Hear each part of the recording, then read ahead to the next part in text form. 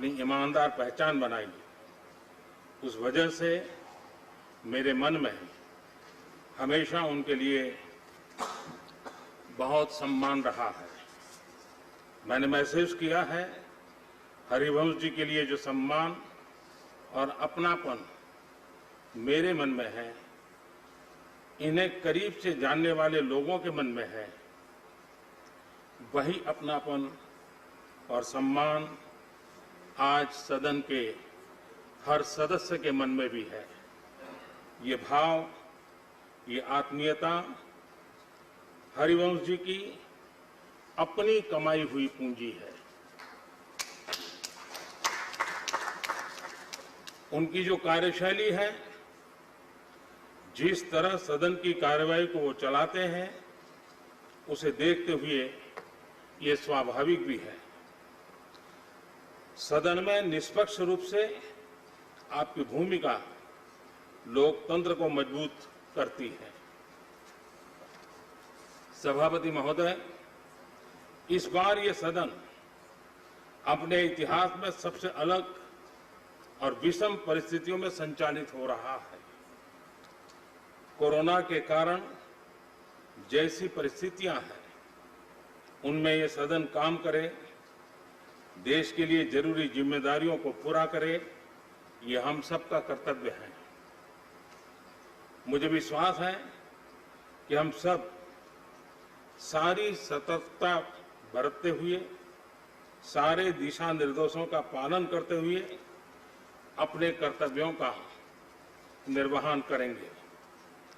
राज्यसभा के सदस्य, सभापति जी और उपसभापति जी को सदन की कार्यवाही सुचारू रूप से चलाने में जितना सहयोग करेंगे, उतना ही समय का सही उपयोग होगा और सभी सुरक्षित भी रहेंगे।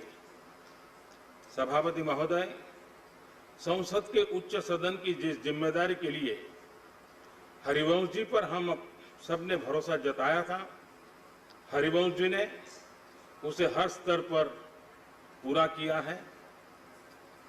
मैंने पिछली बार अपने संबोधन में कहा था, मुझे भरोसा है कि जैसे हरि सबके होते हैं, वैसे ही सदन के हरि भी पक्ष विपक्ष सबके रहेंगे। सदन के हमारे हरिवंश जी इस पार और उस पार सबके ही समान रूप से रहे, कोई भेदभाव नहीं, कोई पक्ष विपक्ष नहीं। मैंने ये भी कहा था कि सदन के इस मैदान में खिलाड़ियों से ज्यादा अंपायर परेशान रहते हैं। नियमों में खेलने के लिए सांसदों को मजबूर करना बहुत चुनौतीपूर्ण कार्य है। मुझे तो भरोसा था कि एम्पायरिंग अच्छी करेंगे, लेकिन जो लोग हरिवंश जी से अपरिचित थे, हरिवंश जी ने अपनी निर्णायक शक्ति, अपने फैसलों से उन सबका भी भरोसा जीत लिया। सभापति महोदय, हरिवंश जी ने अपने दायित्व को कितनी सफलता से पूरा किया है, ये 2 साल इसके गवाह हैं। सदन में जिस गहराई से बड़े बड़े विधेयकों पर पूरी चर्चा कराई, उतनी ही तेजी से बिल पास कराने के लिए हरिवंश जी कई घंटों तक लगातार बैठे रहे, सदन का कुशलता से संचालन करते रहे। इस दौरान देश के भविष्य को, देश की दिशा को बदलने वाले अनेकों ऐतिहासिक बिल इस सदन में पास हुए। पिछले साल ही इस सदन ने 10 साल में सर्वाधिक प्रोडक्टिविटी का रिकॉर्ड कायम किया है, वो भी तब जब पिछला साल लोकसभा के चुनाव का साल था। ये हर एक सदस्य के लिए गर्व की बात है कि सदन में प्रोडक्टिविटी के साथ साथ पॉजिटिविटी भी बढ़ी है। यहां सभी खुलकर अपनी बात रख पाए, सदन का कामकाज नहीं रुके, स्थगन न हो, इसका निरंतर प्रयास देखा गया है। इससे सदन की गरिमा भी बढ़ी है। संसद के उच्च सदन से यही अपेक्षा संविधान निर्माताओं ने की थी। लोकतंत्र की धरती बिहार से, जेपी और कर्पूरी ठाकुर की धरती से, बापू के चंपारण की धरती से जब कोई लोकतंत्र का साधक आगे आकर जिम्मेदारियों को संभालता है तो ऐसा ही होता है जैसा हरिवंश जी ने करके दिखाया है। जब आप हरिवंश जी के करीबियों से चर्चा करते हैं तो पता चलता है कि वो क्यों इतना जमीन से जुड़े हुए हैं। उनके गांव में नीम के पेड़ के नीचे स्कूल लगता था, जहां उनकी शुरुआती पढ़ाई हुई थी। जमीन पर बैठकर जमीन को समझना, जमीन से जुड़ने की शिक्षा उन्हें वहीं से मिली हुई थी। हम सभी ये भली भांति जानते हैं कि हरिवंश जी जयप्रकाश जी के ही गांव सीता बदियारा से आते हैं। यही गांव जयप्रकाश जी की भी जन्मभूमि है। दो राज्यों उत्तर प्रदेश, बिहार के 3 जिलों आरा, बलिया व छपरा में बंटा हुआ क्षेत्र, 2 नदियां गंगा और घाघरा के बीच स्थित दियारा टापू जैसा, हर साल जमीन बाढ़ से गिर जाती थी। बमुश्किल एक फसल हो पाती थी। तब कहीं जाने अनजाने के लिए और सामान्य रूप से जाने आने के लिए नदी नाव पार करके ही जा सकता था। संतोष ही सुख है। यह व्यवहारिक ज्ञान हरिवंश जी को अपने गांव की घर की परिस्थिति से मिला। वो किस पृष्ठभूमि से निकले हैं, इसी से जुड़ा एक किस्सा मुझे किसी ने बताया था। हाई स्कूल में आने के बाद हरिवंश जी की पहली बार जूता बनाने की बात हुई थी। उसके पहले उनके पास न जूते थे और न ही खरीदे थे। ऐसे में गांव के ही एक व्यक्ति को जूता बनाते थे। उनको हरिवंश जी के लिए जूता बनाने के लिए कहा गया। हरिवंश जी अक्सर उस बनते हुए जूते को देखने जाते थे कि कितना बना। जैसे बड़े रईस लोग अपना बंगलो बनता है तो बार बार देखने के लिए जाते थे। हरिवंश जी अपना जूता कैसा बन रहा है, कहां तक पहुंचा है, वो देखने के लिए पहुंच जाते थे। जूता बनाने वाले से हर रोज सवाल करते थे कि कब तक बन जाएगा। आप अंदाजा लगा सकते हैं कि हरिवंश जी जमीन से इतना क्यों जुड़े हुए हैं। जेपी का प्रभाव उनके पर बहुत ही था। उसी दौर में उनका किताबों से भी लगाव बढ़ता गया। उससे भी जुड़ा एक किस्सा मुझे पता चला। हरिवंश जी को जब पहली बार सरकारी स्कॉलरशिप मिली तो घर के कुछ लोग उम्मीद लगाए बैठे थे कि बेटा स्कॉलरशिप का पूरा पैसा लेकर घर आएगा।